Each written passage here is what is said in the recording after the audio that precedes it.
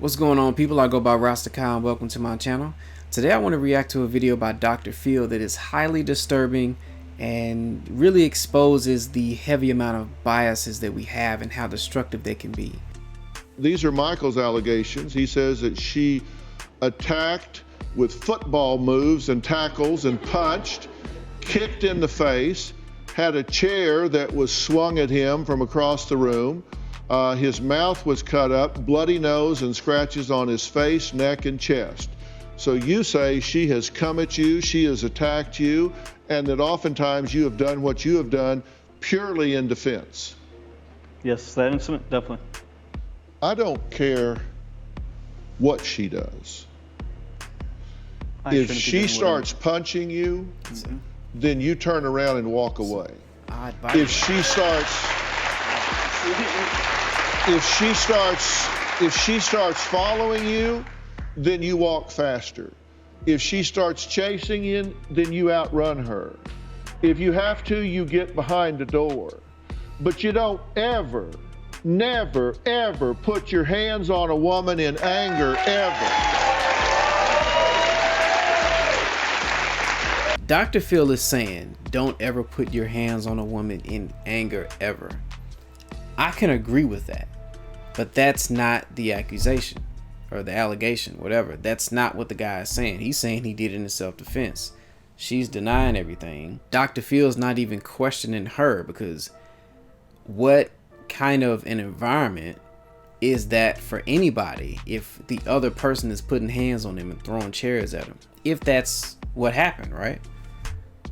So why not question it? And then just looking at her body language, something was weird. It's like it makes me think that she did it, you know. But there's no back and forth, there's no questioning. It's just he just went at the guy, which is not helpful at all in this particular relationship, because if she's starting shit and he's only going at him for responding, then he's setting him up for failure. So let's continue. And somehow or another, you think that's funny somehow? Tell me what's funny about that. You just don't put your hands on a woman in anger. And anybody that does is a chicken coward. No, you're not done. No, let me tell you. Verbal abuse, mental abuse, emotional abuse, physical abuse, all that shit is abuse. It doesn't matter what form it comes in. None of it's good. None of it's healthy for a relationship. If you're doing any of that shit, it's not what's up. You should be able to talk to the person that you're with. That's my personal stance. When it comes to men, obviously, definitely not physical violence, because we're stronger than women and we can do more damage. Women are experts at emotional and verbal abuse. But that's not really discussed as much. But then if you add or just put in like physical abuse, it's even worse. So my advice to anybody in a situation like this, no matter what side, no matter who's doing what, run, bitch, run! Get out, leave, period. We do a lot of fighting. We're both really reactive people. The smallest things set us off. Everybody's gonna fight. That's just a normal thing. I'm not gonna leave him. Obviously, like, he's put me in the hospital how many times, and I'm not going anywhere. I want to know if pushing you down the stairs at a month pregnant, twisting your arm behind you at 6 months pregnant, punching you in the head 4 times while you're holding your 3-month-old, slamming your face into the radio, uppercutting you 4 times and hitting you in the temple, twisting your arm behind your back, punching you in the face where you got black eyes, torn lip, bloody ears. If this isn't enough for you to say, I need to step out of this, what is? Shit. That is a lot whew, man, that's a lot. That is a lot. If you listen to what she was saying, she said every couple fights. So there's some level of normalcy to all of this chaos, this messed up environment where they're physically abusing each other. She may be starting it like he said, like the boyfriend said. She might not.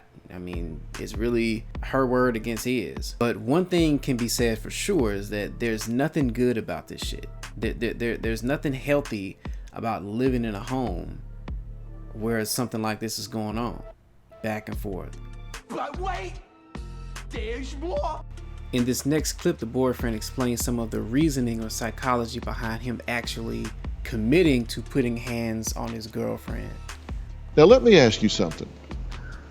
If you were at the mall and you saw some guy and he had her pinned up against the wall with her arm bent behind her back, punching her in the side of the head, what would you do? Fight them. You wouldn't allow it. Correct. Then why would you allow it from yourself? You wouldn't let anybody else on the face of the earth do it. Why would you do it? Why would you allow yourself to do it? I'm not sure why. I'm not sure why I do it. What would happen when your child gets old enough and says, Daddy, why do you beat mommy up? How are you going to answer that question? Because your dad's not right in the head. You want to avoid that conversation? Yes. Do you get scared in relationships? Do you get afraid that people are going to leave you, that she's going to get somebody else? Yes. What is it you believe about yourself that makes you think people want to leave you? What makes you feel threatened that somebody wants to leave you? I just know there's always somebody better out there. There's always going to be better options out there. And these deep destructive beliefs that we have about ourselves can lead us to remain with people that are physically, mentally, emotionally, or verbally abusing us so much that we get broken down and become a shadow of who we used to be to some extent. And this is highly destructive for the family and for their particular son, right? Because now he's confused and trying to learn about life, and he's seeing these behaviors, this toxicity between his parents, and his parents are supposed to be building his foundation for his life, right? So now that's his normal, or he rejects it, or he feels some type of way, or whatever. It's so many different things that can happen from growing up in a home like that. Sometimes we can be in a relationship with somebody that is verbally, physically, or emotionally abusive, and over time they can break us down to where we're shadows of ourselves, and now we're verbally abusing, now we're responding and being physically abusive and throwing chairs or throwing somebody down the flight of stairs or whatever. So if you know that that's the case, that it can lead to that, what sense does it make to remain in a relationship where you see a pattern of abuse in whatever form that it comes in? That does not make sense. What sense does it make to build a family with somebody where you know that physical abuse, emotional abuse, verbal abuse is going to be the norm within that home? That does not make sense. It doesn't make sense to me. Does it make sense to you? Let me know in the comments section. As I said before, if you're in any kind of situation like that, it's not worth staying, or it's not worth building a family with that particular person, because then it's like you're stuck with them, and there's going to be a part of you that's going to be like, well shit, I kind of got to work it out now, you know? So yeah, if you see it ahead of time that it's a pattern, unhealed trauma, things within them that they're not really tending to, get out. That's my advice. If it's a pattern, I can see if it's like a one-off, like, fuck you, motherfucker. Oh, I'm sorry. I've been going through some things, and yeah, my dog died. Whatever, you know what I'm saying? I can see if it's something like that. But if it's a pattern, if it's who they are, I'm like, okay, yeah, let's get out of there. Get out of there. All right, that's my 2 cents. If you enjoy this content, feel free to express yourself by the many means available on this page. But yeah, thank you for your support, and yeah, have a good one. Oh, let me know what you think.